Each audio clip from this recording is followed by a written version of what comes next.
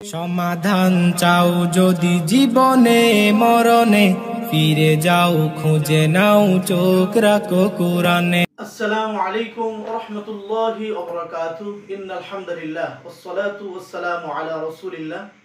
সম্মানিত দর্শক শ্রোতা বন্ধুগণ, আশা করি আল্লাহ পাকের অশেষ মেহেরবানিতে আপনারা সকলে ভালো আছেন।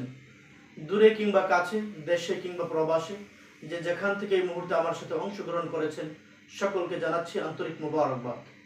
প্রিয় ভিউয়ার্স, আজকেও একটি বিষয় নিয়ে আলোচনা করার জন্য আমি আপনাদের সামনে উপস্থিত হয়েছি। আমার এই আলোচনা যদি আপনারা অত্যন্ত মনোযোগ সহকারে শুনেন, আমি আশাবাদী আপনারা অনেক উপকৃত হতে পারবেন ইনশাআল্লাহ।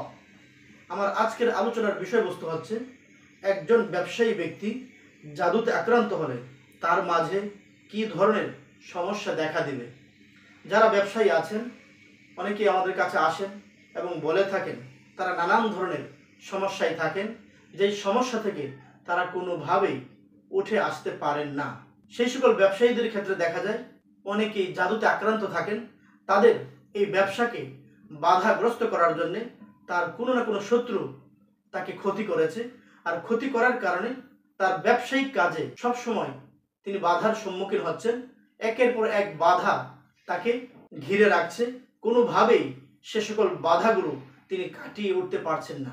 এই পর্যায়ে আমি আপনাদের সামনে আলোচনা করব, একজন ব্যবসায়ী ব্যক্তি যদি জাদুতে আক্রান্ত হয় তাহলে তার মাঝে প্রাথমিকভাবে কি ধরনের সমস্যা দেখা দিবে। ব্যবসায়ী ব্যক্তি যদি জাদুতে আক্রান্ত হয়, তার মাঝে নানান ধরনের সমস্যা দেখা দিবে। বেশ কিছু লক্ষণ রয়েছে, আমি সেই সকল লক্ষণগুলো আলোচনা করব না। এই সংক্ষিপ্ত সময়ের মাঝে বিস্তারিতভাবে আলোচনা করা সম্ভব না।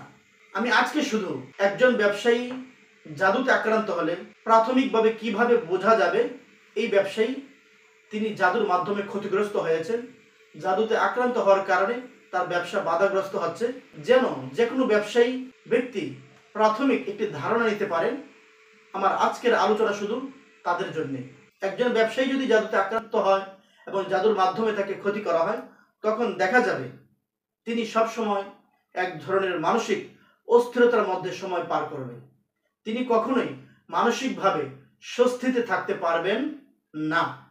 এই মানসিক অস্থিরতা একটা পর্যায়ে দেখা যাবে তার শারীরিক কেন্দ্রিক গিয়ে গড়াবে। তখন দেখা যাবে যেই ব্যবসার মাধ্যমে তিনি প্রতিষ্ঠিত হতে চান, সেই ব্যবসার কার্যক্রম চালানো তার জন্য কষ্টকর হয়ে যাবে। তিনি তার ব্যবসায়িক কর্মে তিনি অক্ষম হয়ে পড়বেন।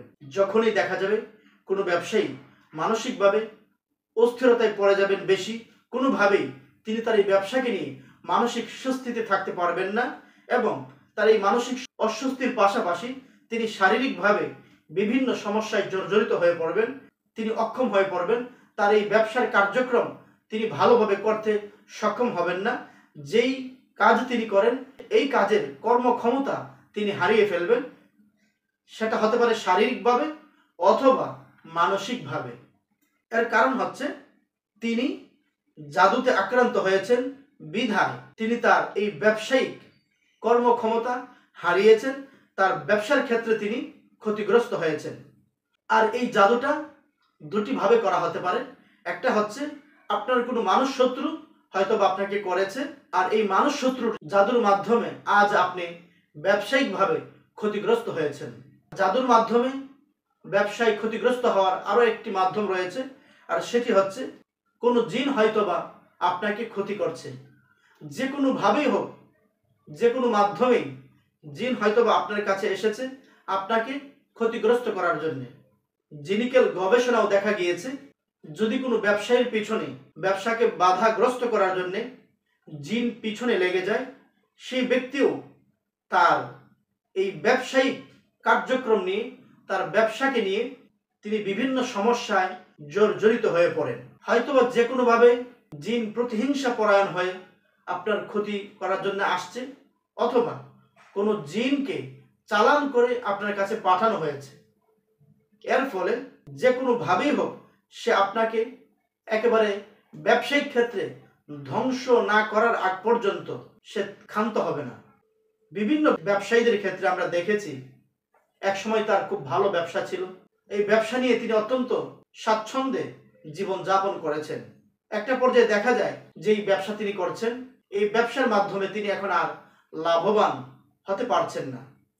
আপনি যখন এই বিষয়টাকে বুঝে শুনে একজন দক্ষ চিকিৎসকের মাধ্যমে আপনার এই সমস্যাটাকে সমাধান করিয়ে নেবেন, ইনশাআল্লাহ অনেক ব্যবসায়ীদের ক্ষেত্রে দেখা গিয়েছে এই সমস্যায় জর্জরিত হওয়ার পর তারা যেই সমস্যায় ছিলেন, চিকিৎসা গ্রহণ করার পর তারা এই সমস্যা থেকে উঠে আসতে সক্ষম হয়েছেন। অত্যন্ত সুন্দরভাবে তারা ব্যবসা পরিচালনা করতে পারছেন। ইতিপূর্বে যেরকম ব্যবসায় লাভবান হতে পেরেছেন, চিকিৎসার পরেও তারা এরকম ব্যবসায় লাভবান হতে পারছেন। এই সংক্ষিপ্ত সময়ের মাঝে একজন ব্যবসায়ী ক্ষতিগ্রস্ত হলে প্রাথমিকভাবে কিভাবে বোঝা যাবে, আমি এই বিষয়টাকে আপনাদের সামনে উপস্থাপন করার জন্য চেষ্টা করেছি। আমার আলোচনার বিষয়বস্তু ছিল একজন ব্যবসায়ী ব্যক্তি জাদুতে আক্রান্ত হলে তার মাঝে কি ধরনের সমস্যা দেখা দেবে। আশা করি আমার এই সংক্ষিপ্ত সময়ের আলোচনার মাধ্যমে ইতিমধ্যে আপনারা বুঝতে সক্ষম হয়েছেন। আমার এই আলোচনার মাধ্যমে আপনার এই ব্যবসায়িক যে সকল বাধা রয়েছে, এই সকল বাধা সম্পর্কে যদি আপনি সচেতন হতে পারেন, সতর্ক হতে পারেন এবং সঠিক চিকিৎসার মাধ্যমে যদি আপনি এই সমস্যা থেকে বেরিয়ে আসতে পারেন, তখনই দেখা যাবে আমার এই আলোচনা সার্থক হবে এবং আপনারাও উপকৃত হতে পারবেন। আবারও দেখা হবে নতুন কোনো একটি ভিডিওতে। সেই পর্যন্ত আল্লাহ তাআলা আপনাদের সকলকে ভালো রাখুক, সুস্থ রাখুক, এই প্রত্যাশা ব্যক্ত করে আজকের মতো এখানেই বিদায় নিচ্ছি। আল্লাহ হাফেজ।